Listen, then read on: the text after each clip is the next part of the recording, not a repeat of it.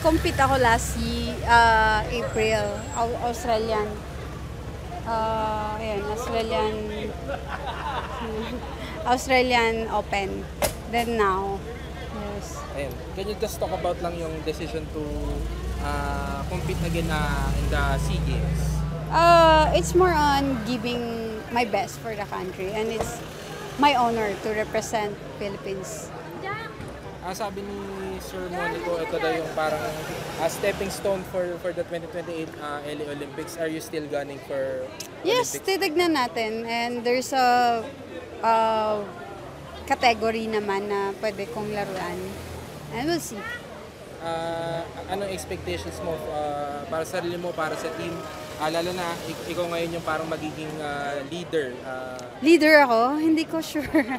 Actually, coming back pa lang ako eh. So, yung performance ko, kakabalik lang. So, yun, to set the expectation. Yun. Pero, ayun nga, I will do my best for the Philippines.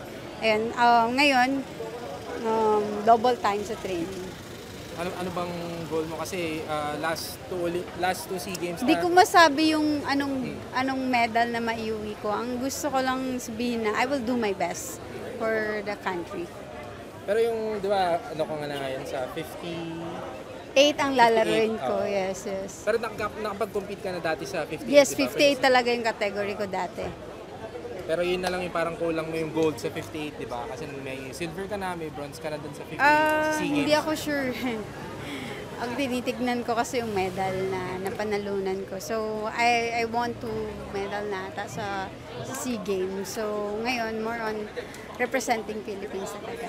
And hoping giving also inspiration sa mga fellow athletes natin. Sabi mo nga inspiration, ngayon nagtuturo ka na ng weightlifting through your weightlifting academy, tapos nagkaroon na ng palaro ba ng Pinoy. Ito bang participation mo sa SEA Games is your also way to parang to inspire pa yung mga batang atleta natin?